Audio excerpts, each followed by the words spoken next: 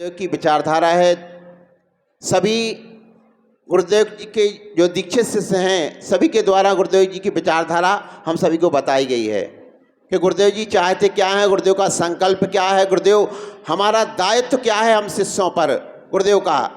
लेकिन अभी शादी का माहौल चल रहा है तो मैं बहुत बड़ी विडंबना आई है एक समाज के बीच में जब लोग फ़ोन करके बताते हैं कि भैया मुझे अपनी बच्ची की शादी करनी है लेकिन वहाँ हमारे गुरु भाई मिल जाएं, उनसे संबंध करना है। लेकिन जब पता चलता है हमारे गुरु भाई होते हुए वह मांग करते हैं, दहेज की मांग करते हैं, बड़ी विडंबना होती है कि 5-5, 10-10 लाख रुपए अगर उस परिवार की दीक्षित शिक्षा हमें प्राप्त मिल रही है, जो गुरुदेव से दीक्षा प्राप्त है वह परिवार हमें प्राप्त हो रहा है, तो वहाँ हम पैसे की बात ना करें, संस्कार की बात करते हुए शादी संबंधों को तय करते हुए गुरुदेव के स्थान पहुँचे कि हम निःशुल्क बिना दहेज की शादी करेंगे।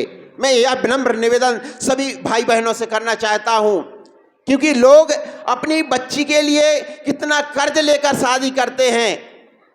कई लोग तो ऐसे कि हमें घर अच्छा मिल जाए तो हम अपना जमीन बेच देंगे लेकिन हम अपनी बच्ची का विवाह अच्छी जगह करेंगे। ये बड़ी विडंबना समाज के बीच देखी जा रही है कि दहेज के नाम पर जिसकी 2 एकड़ है 2 लाख, 5 एकड़ है 5 लाख, 10 लाख, यह एकड़ के हिसाब से शादी तय की जा रही है। बच्ची अभी देखी नहीं है, बच्ची बाद में देखी जाती है, पहले संबंध वह दहेज की मांग की जाती है। मैं विडंबना यह सबसे गुरुदेव जी इसके विरोधी हैं। गुरुदेव ने कहा है आप जो माता पिता अपने उससे धन देना चाहते हैं वह स्वेच्छा से दें, उसके लिए कोई बात नहीं है, लेकिन यह ना कहे कि हम इतना लेंगे। मैं विनम्र निवेदन सभी संगठन के कार्यकर्ताओं से अवश्य विनम्र निवेदन करना चाहता हूं कि वह बिना दहेज की शादी करें।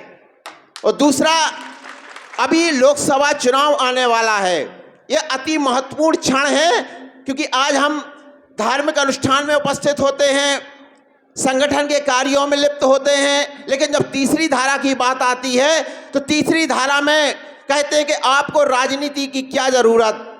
राजनीति राम ने भी की, राजनीति कृष्ण ने भी की, राजनीति चंद्रगुप्त ने भी की, राजनीति जितने प्रतापी राजा हुए हैं बिना राजनीति के राम राज्य की स्थापना नहीं हुई है। इसलिए गुरुदेव ने भारतीय शक्ति चेतना पार्टी का गठन किया कि राम राज्य की स्थापना करना है तो भारतीय शक्ति चेतना पार्टी ही कर सकती है, भारतीय शक्ति चेतना पार्टी। और अब मैं विनम्र निवेदन सभी लोगों से विनम्र निवेदन भी करना चाहता हूं कि हमारे 2-3 दिन में जो भी प्रत्याशी घोषित होंगे, हमारे अगर कोई को किसी की वेदना है या कोई प्रत्याशी से या कोई कहना चाहता कि हम भी चुनाव लड़ना चाहते हैं तो 1 दिन का आपके पास समय है, कल तक मुझे बता दें, और 2 दिन के बाद जैसा भी निर्णय होगा केंद्रीय कार्यालय के द्वारा हम सभी को मान्य होगा।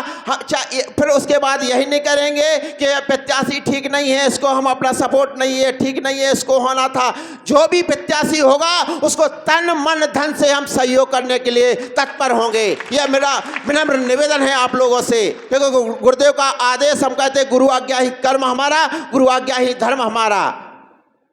जब गुरुदेव की आज्ञा का पालन करना है, एक मैंने कल्याण थी उसमें एक पुस्तक में पढ़ा था कि बहुत सारे शिष्य जा रहे थे अपने गुरु के साथ में। जब एक नाला आया, उस नाले में गुरु जी का कमंडल उसमें गिर जाता है। गुरु जी का कमंडल गिरता है तो कई शिष्य कहते कि अरे यह तो गंदा नाला है, एक सफाई कर्मचारी को बुलाओ। तब यह सभी लोग वहीं बैठ जाते हैं कि कौन कमंडल निकालेगा। बहुत देर तक एक शिष्य जाता है, सफाई कर्मचारी को ढूंढने निकल जाता है, लेकिन एक शिष्य होता है जो आत्मनिर्भर होता है, वह तुरंत उस जो नाला था उसमें कूद जाता है और उसमें डुबकी लगाता है कि मेरे गुरुदेव का कमंडल क्या है। गुरुदेव भी वह कमंडल निकाल सकते थे, क्योंकि गुरुदेव ने कहा कि लेकिन गुरुदेव को परीक्षा लेना चाहते थे कि मेरा आत्मनिर्भर शिष्य कौन बनना चाहेगा। तो इसलिए वह शिष्य आया और गुरुदेव ने सब कुछ उसको समर्पण कर दिया। कई लोग अभी भी जुड़ते हैं, कहते हैं कि अरे गुरु जी जैसे हम भी बन जाएं, हमें भी नए जो शिष्य होते हैं कि गुरु जी के जैसे शिष्य हैं, मेरा भी मान सम्मान हो, सब कुछ मुझे भी प्राप्त हो गुरुदेव जी को। लेकिन गुरुदेव जी के लिए एक गुरुदेव के भी शिष्य थे, उन्होंने भी कहा कि मुझे भी गुरुजी जी मुझे भी जैसे आप दीक्षा देते हैं मैं भी दीक्षा देने लगूं क्या। मैं भी आप जैसा महान बन जाऊं। तो गुरुदेव ने कहा ठीक है, महान तो मैं चाहता हूं कि हर शिष्य महान बने, जैसा मैं महान हूं वैसा मेरा प्रत्येक शिष्य महान बने। लेकिन जिस तखत पर बैठे हुए थे, गुरुदेव ने कहा यह मुझे उससे ऊपर जाना है। तो कल वो शिष्य सोचने लगा कि मैं से उस ऊपर कैसे आपको भेज सकता हूं। तो यह उसके मन में शंकाएं आई। तो गुरुदेव ने कहा इसके लिए हमें तप करना पड़ेगा, पुरुषार्थ करना पड़ेगा, उस मार्ग का चयन करना पड़ेगा, लंबी यात्रा तय करनी पड़ेगी, तब हम उसको कहीं जाकर उसको प्राप्त कर पाएंगे।